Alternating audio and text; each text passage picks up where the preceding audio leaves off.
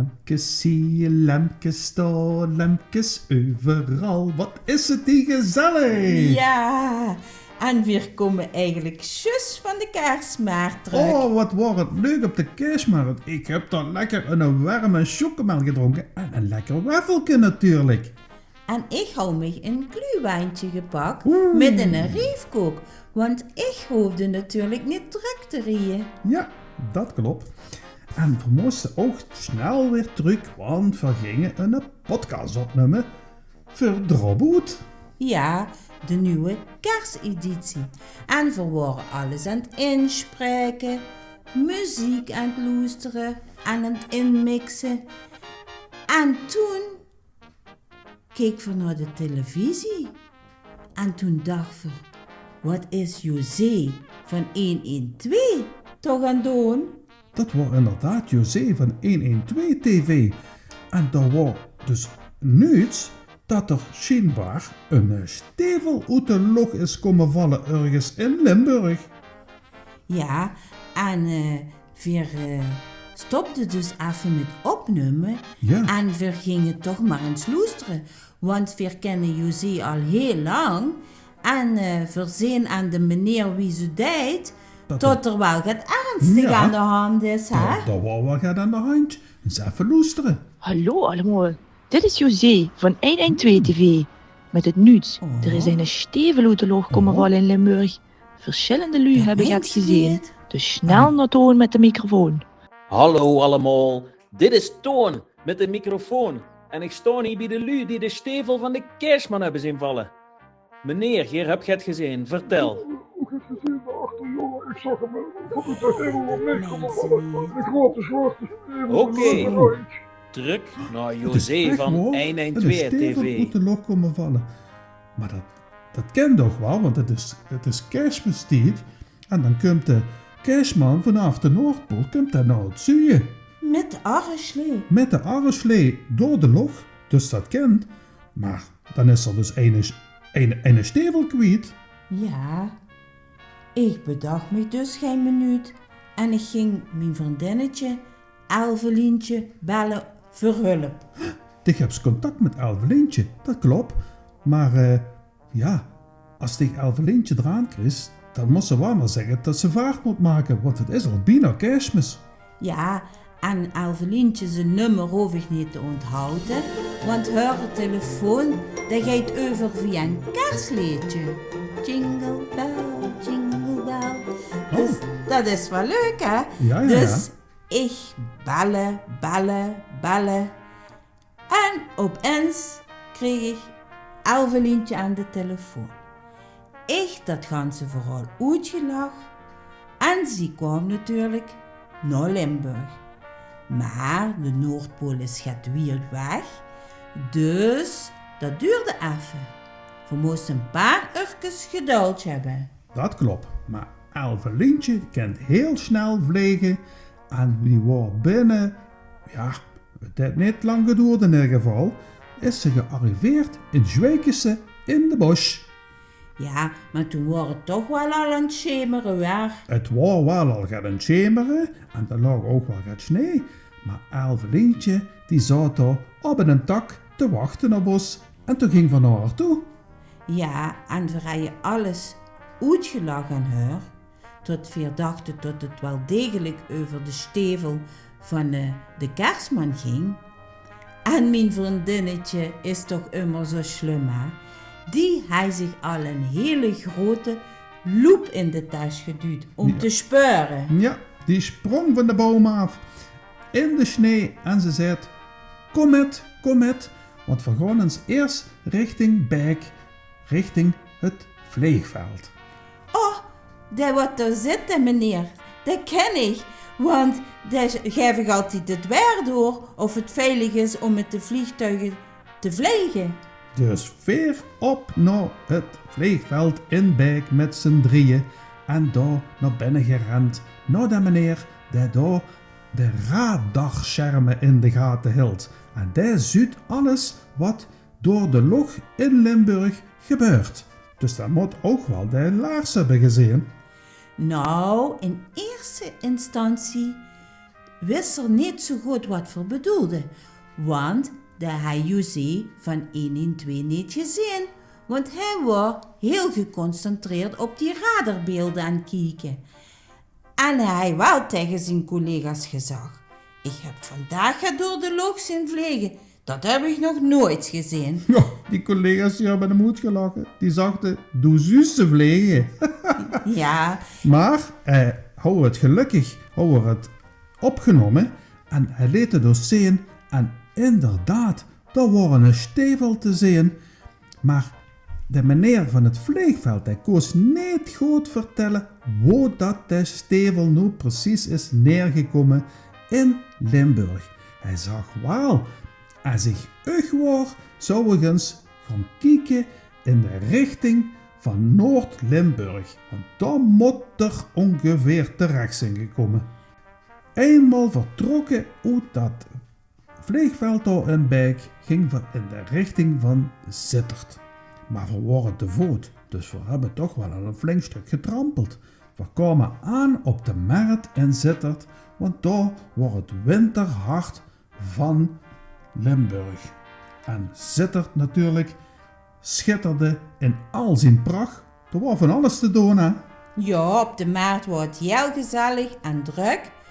Maar wie we daar gingen rondvragen over de laars van de Kersman, de stevel, hè, zoals we dat in het zuiden zeggen, die keken ons aan als een botsauto. En weet ze trouwens wat dat betekent? Kijken wie in een botsauto.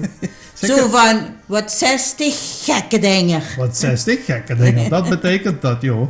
We moesten weer naar het noorden. Maar we hadden wel ondertussen al wel gelopen. En gelukkig had Elvelientje een hele chique oplossing. Wat houden ze voor ons namelijk? Een slee met van die husky-honden. En die husky-honden, die kunnen echt goed door de sneeuw lopen. Die hebben het nooit koud. En die zijn heel sterk. Dus we kozen met z'n drieën op die slee richting het noorden. En daar kwam we in de buurt van, ik zag een bordje, Vlodrop. Joehoe! Oh, dat ging hè, dat ging. Want we hadden dus een tip gekregen tot in Vlodrop bij de ijsbergen, bij de Karsboulevard, dat die meer van de laars wisten. Ja, veer nou dat tuincentrum daar. En daar was inderdaad van alles van Kerstmis, dus we dachten van, dan zal hij vast en zeker ook de stevel zijn. Maar wie we dus aan de ijsberen vroegden, heb je dan de stevel van de Kerstman gezien? Toen zagen die ook van, ja, dat hebben we gezien, dat hing daar aan de rek. Maar Dat was echt een misverstand. ja, Die had je dat natuurlijk niet door dat het om de echte stevel ging. En die hebben dus getipt dat hun wel een kerstbal als stevel houden. ja, maar dat was maar gans inimini. Ja, dat wordt dus helemaal niet wat we zochten en wat we bedoelden. Ik kreeg het er wel een beetje van op mijn nerven. Want het was al de 23e. En de 24e, tegen de avond, moet wel alles helemaal in orde zijn. Ja, maar het wordt nog niet gans duister, dus we kosten nog even stoppen in Remun. Ja, en daar waren we dus ook op het Münsterplein. En daar hoorden we geruchten. Ja, dat was heel veel lui, want het wordt ook super gezellig. Alles schoon versierd, de kiosk daar in het midden, die kerk op de achtergrond. Ja, prachtig. Maar inderdaad, er waren geruchten dat de stevel van de Keesman ergens in de buurt van Venlo terecht moest zijn gekomen. Ja, en eigenlijk dacht ik meteen Venlo, Judocus. Jokes. Oh, Jokes. oh niet Judocus kwak. Nee, Jokes. De Jokersen van Venlo, dat is volgens mij van de vastelavond. Daar hebben ze toch ook Jokerland? Ja, dat hele grote pretpark. Ja, maar dat is nu speciaal voor de Kerstmis. Elvelientje zei meteen tegen ons, Maar vanavond kan we echt niet weer rijden, want het is te gevaarlijk voor mijn hondjes. Ja, we gingen wel een stukje de berg op en vanaf de berg koos we al goed kijken naar de skyline van Venlo. We zagen al de lampjes in de verte, dus we waren er niet weet vandaan. De dag daarna gingen we natuurlijk weer. Ja, en toen kwamen we daar bij de ingang, dat prachtig versierd was van Jokerland. En het wordt druk, veel kraampjes en ja, veel attracties. Het wordt prachtig.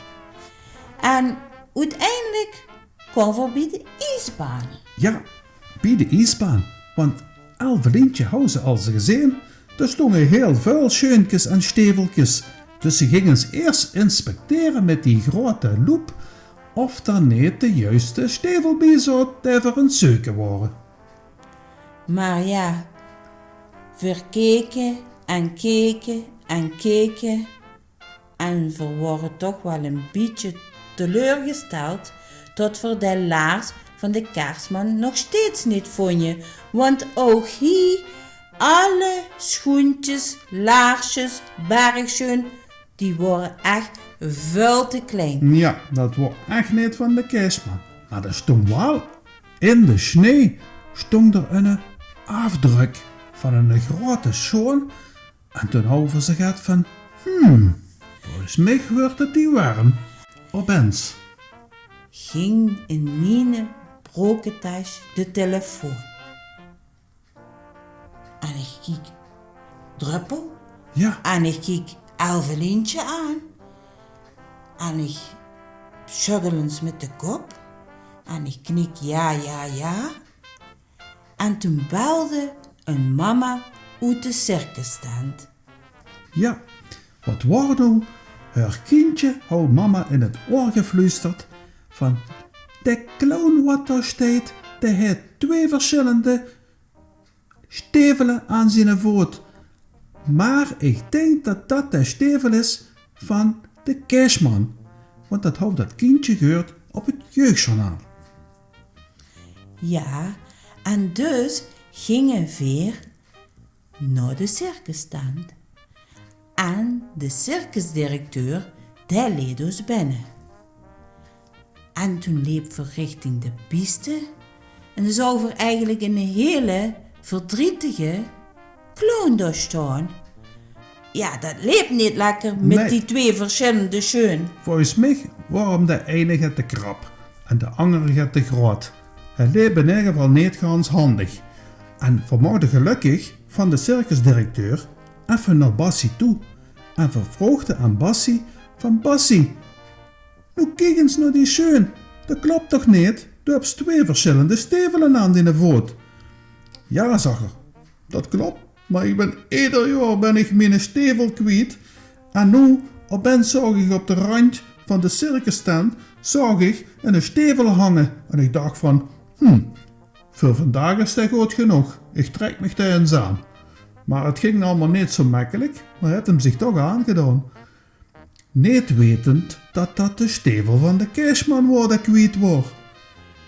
En we vroegen er nog aan Bassie, wil ze ons de stevel metgeven, want de Kerstman, die moet echt, voordat het alle kerstavond is, de stevel terug hebben. Ja, en we begonnen een beetje in tijdnood te zitten, want het was al 24 december. Kerstavond moet natuurlijk alles in orde zijn. Dus we begonnen met de stevel te slijpen. Ja, dat wordt toch wel een stevige schoen, zeg. Want daar zat aan de voorkant er ijzer in verwerkt, omdat de Kerstman ook met de stevel die arreslee moet afremmen. En hij had al geluk gehad dat er de ene stevel nog aan had, maar het heeft toch even geduurd voordat er fatsoenlijk stop stond. Maar we slepten de stevel de berg op. Ja, en daar stond de Kerstman op zijn rode zukken ons al te wachten. Och, wat wordt er blij, hè? Wat wordt er blij. Hij kwam echt met arm en been in de lucht zwaaiend op ons afgerend. Ja, en die zuk die was van voor al een beetje bevroren. Er hingen zelfs mini-ijspegeltjes aan. Jo. Dus snel trok de kerstman zich de laars aan. En het was gelukkig inderdaad de goeie laars, hè? Ja, en hij was helemaal blij en dankbaar.